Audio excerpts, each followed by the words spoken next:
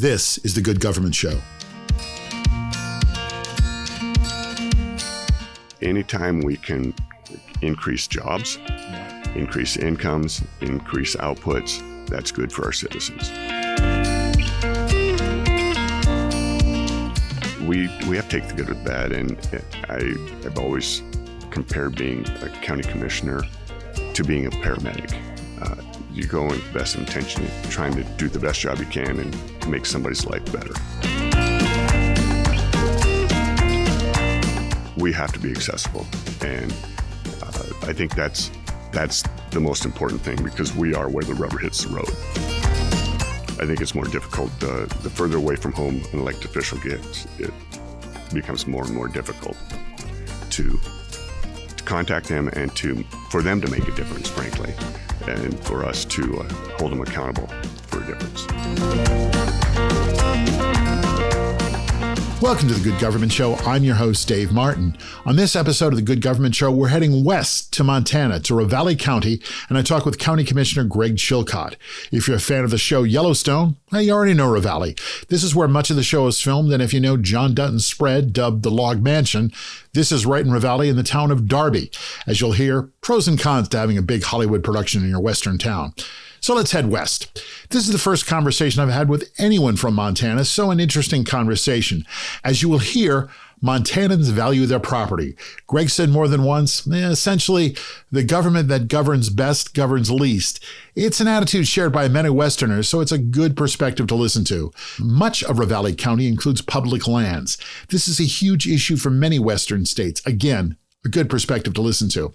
I'll have an update on what we talked about at the end of the show. So after the break, an update on life out west with Ravalli County Commissioner Greg Chilcott.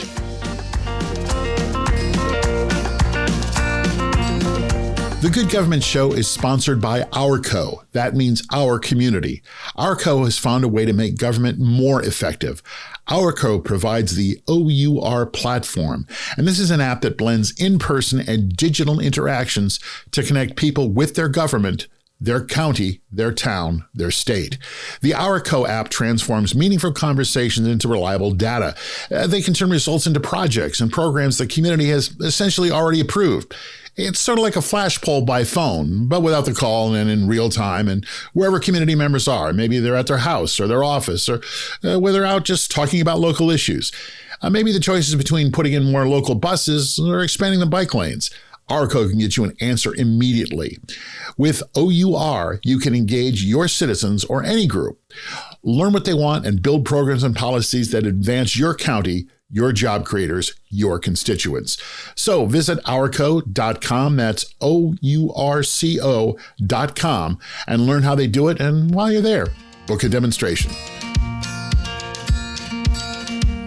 All right, welcome to the Good Government Show. We have our first guest ever from Montana, from the Wild West. So if you would, please introduce yourself. Good afternoon. My name is Greg Chilcott. I am a commissioner in Ravalli County, Montana. The county seat is Hamilton, Montana. For those that know anything about Montana, we're the county adjacent to Missoula County, immediately south. All right, I know nothing about Montana. Describe your county. What does it look like? What would I see? We are located in the Bitterroot Mountains, in the Rocky Mountains, and we are a beautiful destination, place to visit and live. Very rural, about 2,400 square miles, with approximately 45 to 50,000 residents. 45 to 50,000. That's not a lot of folks. That's not. Yes. Well, we're here at the Rural Action Caucus, so you came to the right place. And what do folks do for fun there? 73% of our land mass, that 2,400 square miles, is owned by the federal government and is in national forests. Okay. So people recreate on our national forests. They hunt, they fish, they hike, and boulder and climb. Which of those do you do? Hunt and fish. You hunt primarily. and fish. Yeah, there's a lot of equestrian and what kind of fishing? Trout fishing. All right. Yeah, fly fishing. Isn't that a river runs through it? Is that your neighborhood? It's close. It's about that was a movie. 50 miles. 2 years ago. 50 miles north of us. Okay. And there was a lot of trout fishing in that movie. There is, and there's wintertime skiing and snowmobiling. Yeah. Start up after hunting season.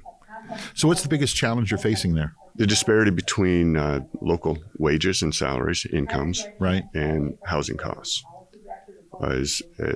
Since COVID came through and the remote workforce was able to move to where they'd rather live and still retain their job where they were from. Right. So they have been moving to the west and to Montana in my county, and they bring with that change in demographics has increased the value of properties, and so it's very difficult for our young families and to purchase a home because they've gone up so high. You're talking about, growth. I mean, is it like, have you doubled your population, or, like? We don't have good data on that. I can tell you that between 2018 and 2020, according to our driver's license issuing bureau in our county, issued 18,000 new driver's licenses transferred in from other states. Wow. However, the census showed when it was finished, we increased by 2,000. Those so numbers somewhere in the middle. Either 18,000 or 2,000 new people are there. Right. Okay. Right. And so what do you do about that? What can you do? I mean, they want to come in, they want to build a house, they want to live in a house. People can sell it for whatever they want, but you've got locals who are getting priced out, right? They are getting priced out. So what do you do? And some of them are cutting and running. They've made some good money, and they move someplace else and be able to increase the size of their home without new costs. But it is very difficult on the employers to keep people compensated to be able to afford the housing costs. If they didn't have a house there prior to 2020, it's very difficult. Okay. So to do that, we've been exploring different ways to help with those costs. And we're very, very private property right centric community and state. And we believe that the less government you have in the way of free market, the better. But it is difficult. Yeah. We don't have the revenue and the income to subsidize housing. Okay. So looking at other ways. Are there things you can do, though? There are, and that's where I'd like to talk about the public lands impact. They are a big draw for people because we have so much public land. But how do we make that work for us? We used to be a very strong timber community. Right. And since the late 80s, early 90s, the timber market has crashed, or our economy has crashed. We don't have a timber economy anymore, and that's what sustained us and made us a vibrant economy for decades and decades. So in the end of the ARPA debate, Senator Wyden out of Oregon presented an amendment to add $2 billion into what he called the Local Assistance Tribal Consistency Fund. $2 billion. $2 billion. That's a lot of money. That's a lot of money. All right. And it was to be provided to counties with public lands primarily. Yeah. In a nutshell. And so in essence, that gave counties about 2 times their normal payment in lieu of taxes payment. And it was unanticipated income to all of us. Okay. And so just a big $2 billion cash infusion to Western states. Not only Western, but Western's got the biggest share because we have the most public lands. Most public land, sure. We tried to come up with a way to make that money, parlay it into something long-term. Sure, that's smart. And so we're asking from public lands, counties, and beneficiaries of this unanticipated revenue to contribute the amount equal to 1% of that unanticipated revenue. And we want to create a public lands research center so that we have good data. You go from... And is everyone kicking in their fair share? No. We're working on that. No, we're working on that. Okay. And at the end of the day, if everybody participated at that very small level of 1%, we would generate $15 million. Okay. We believe that we could generate in perpetuity, based just off the earnings of that $15 million, we could have this research center up, running, and providing good data, do research, and also gather data of successes and failures from public lands counties across the nation.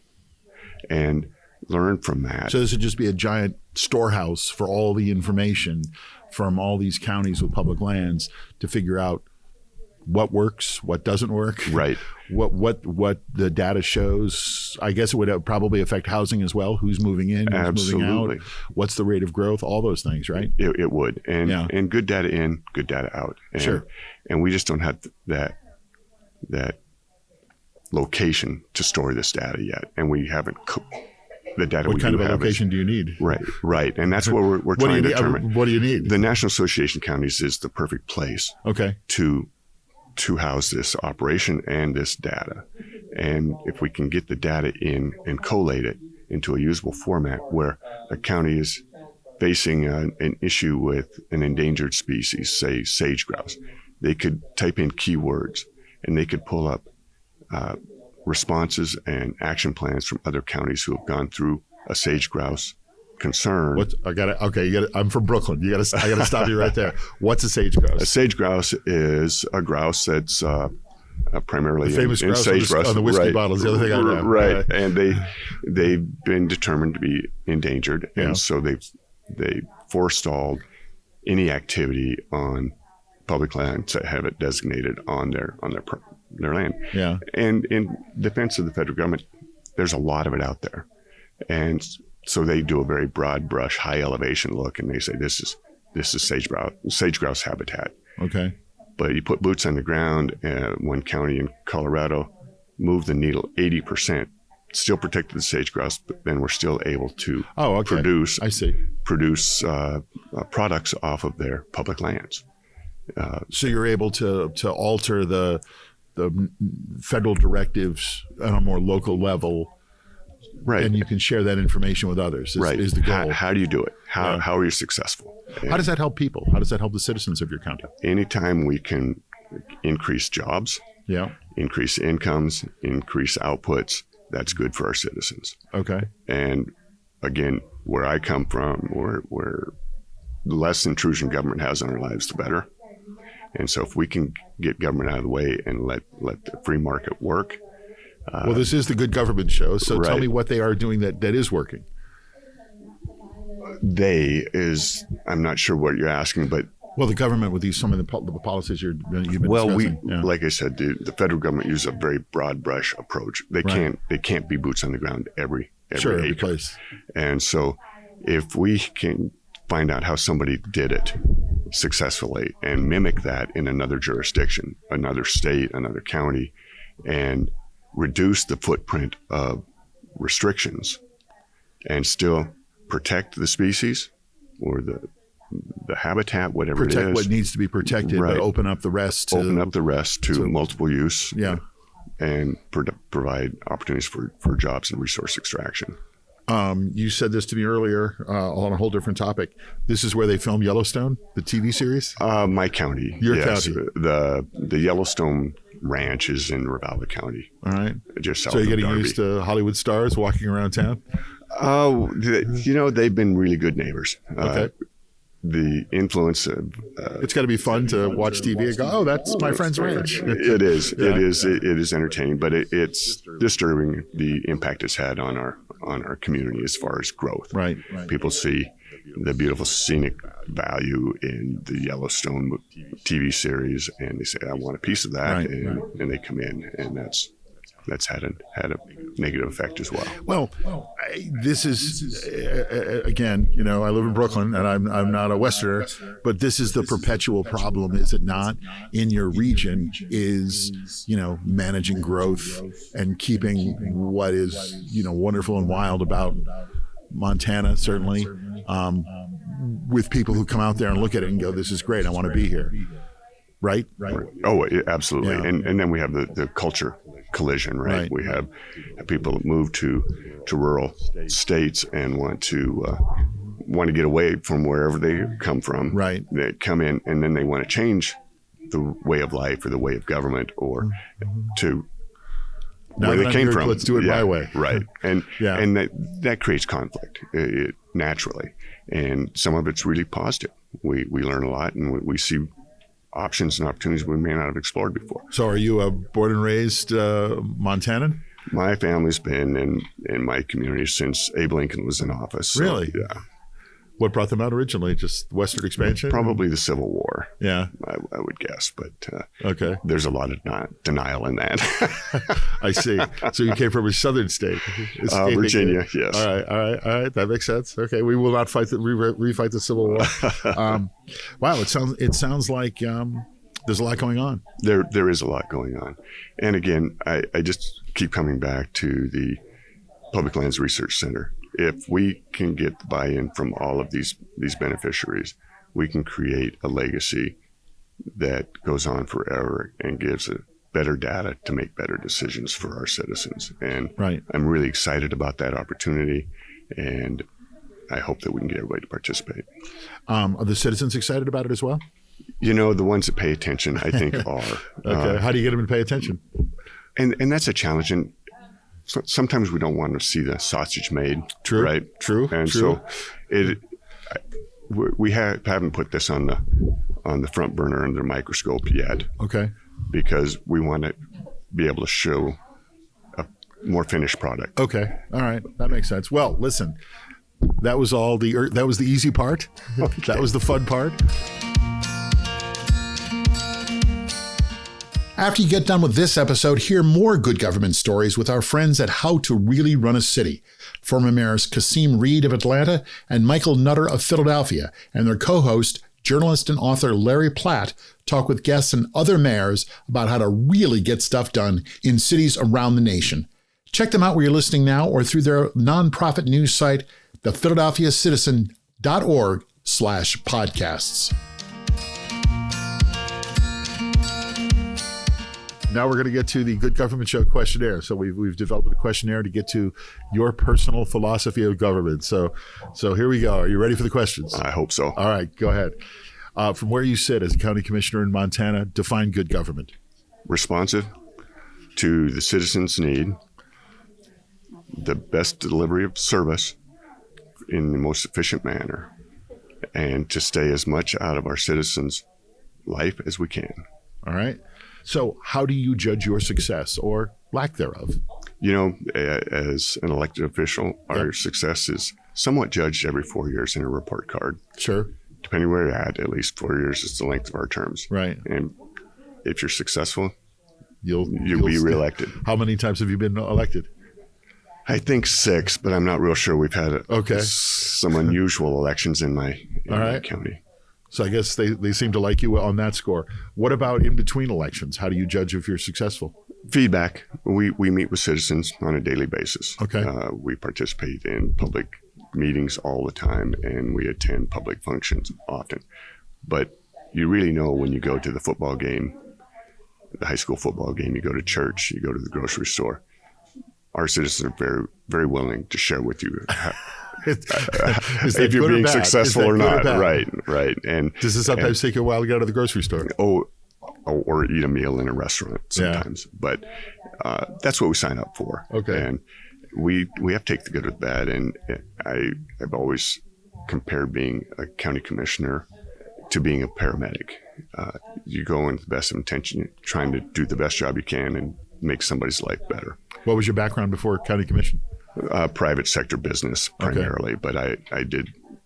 Not real estate. No, not real estate. Okay. No.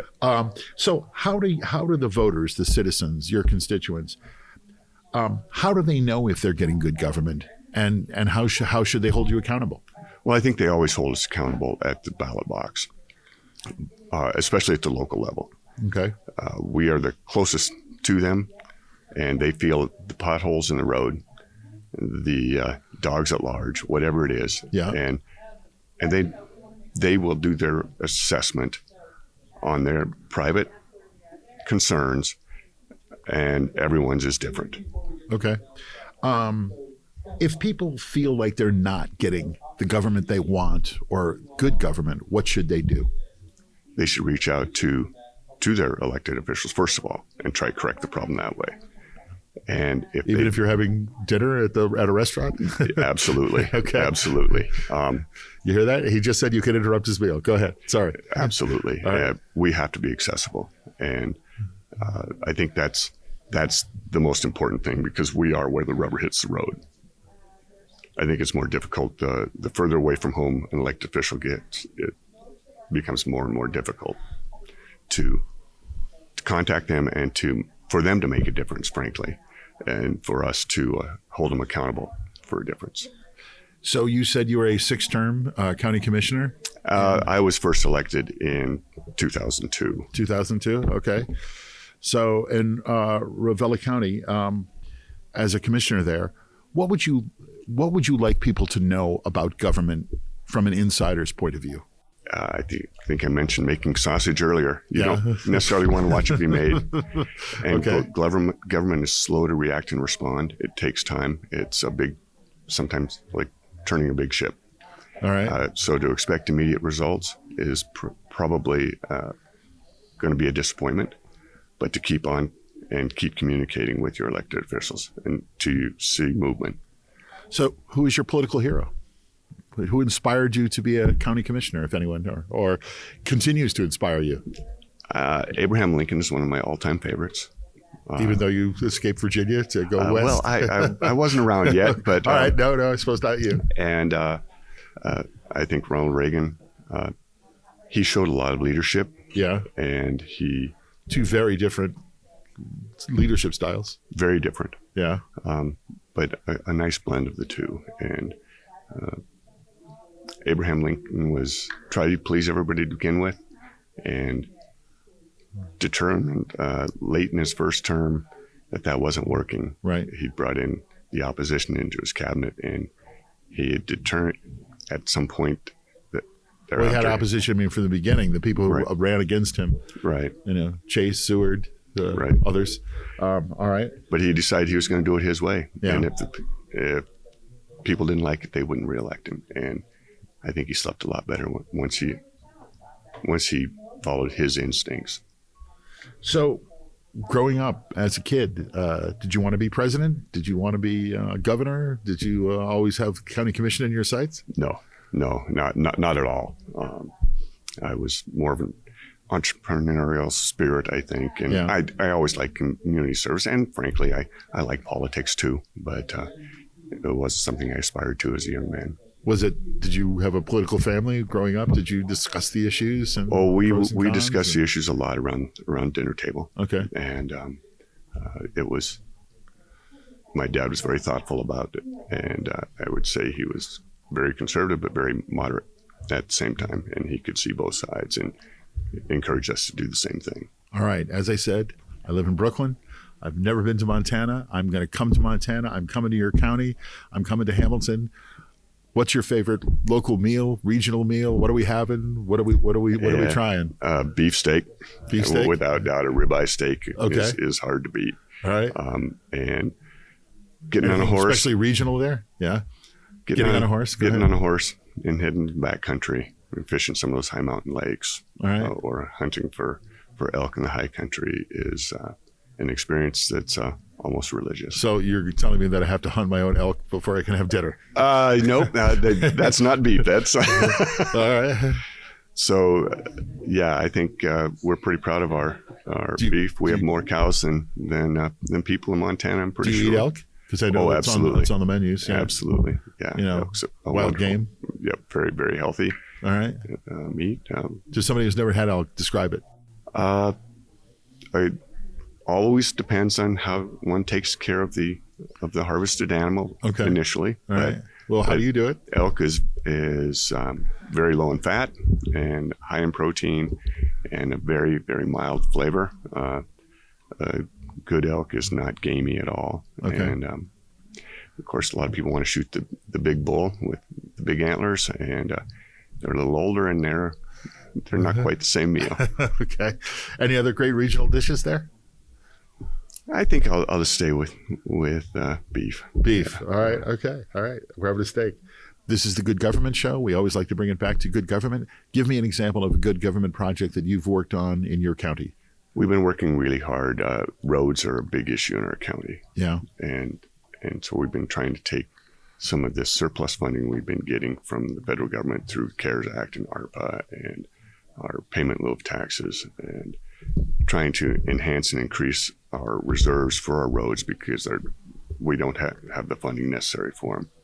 We have a lot of citizen committees, advisory committees, and we use those a lot because they too are on the ground, and I'm pretty excited about that. And I'd be remiss if I didn't say one of the good government things I'm excited about is the Public Lands Research Center because of the impact on public lands in the West, actually nationwide, but it's disproportionately high in the West, and how we encourage our federal partners to better manage those public lands for multiple use, resource extraction, responsible resource extraction, and reduce the impact of wildfire on our communities and our citizens for their not only public safety, but public health.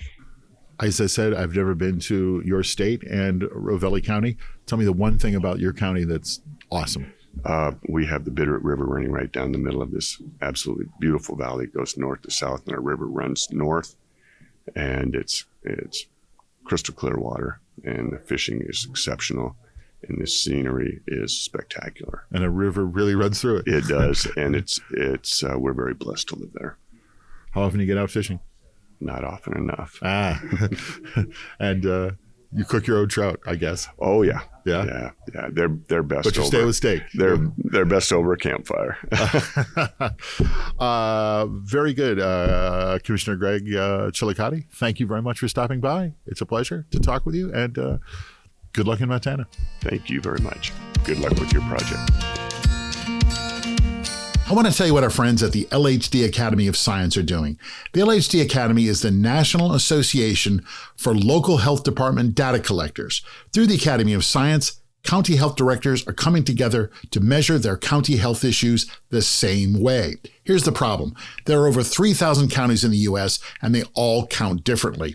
We live in a data-driven world. We need all the public health data to be counted the same. Let's say you want to see if your community is overweight, or vaping, or in other ways less healthy than your neighboring counties. To determine this, you'll need to measure these problems the same. You also have to ask the same questions. Different results, but same data points. LHD Academy is working with the National Center for Disease Control, creating a standard to count and collect data the same way. You don't have to reinvent the wheel. They create the process and make sure everyone is looking at the information the same way. This means a county in Connecticut can compare their data with a county in California. It's apples to apples. Now, with the LHD Academy, counties and other governments are pooling resources and sharing data and creating a huge database library. That means lower costs, more accurate results, and better information for everyone. Sound like good government, right? If this sounds like something you want to get for your county or your city, check them out at lhdacademyofscience.org. That's lhdacademyofscience.org. What is it that county government does? That's the question county commissioners get asked the most, and the simple answer is everything.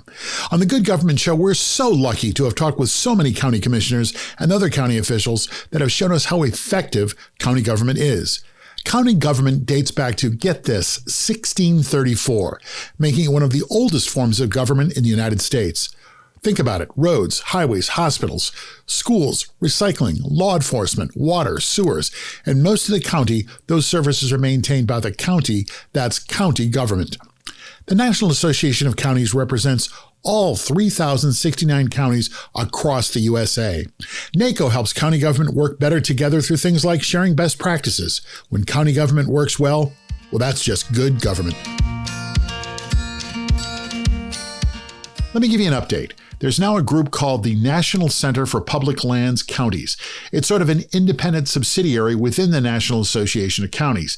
Essentially, they act as a union between local and national efforts to coordinate the flow of information. So Greg has had a hand in helping this get started.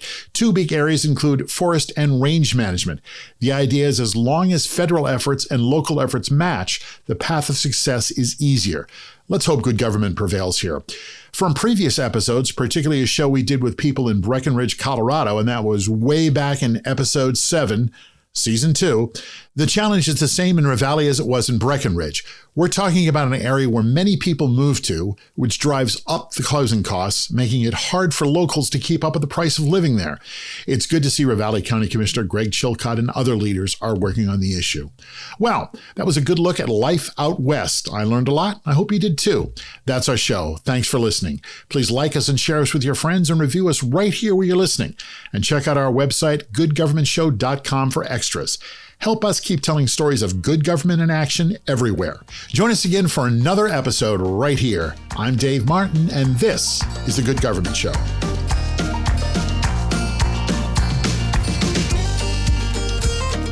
The Good Government Show is a Valley Park production. Jim Ludlow, Dave Martin, that's me, and David Snyder are the executive producers. Our show is edited and produced by Jason Stershic. Please subscribe, then share us, and like us and review us. That's the best way to make sure we're able to keep telling these stories of our government working for all of us. Then listen to the next episode of The Good Government Show.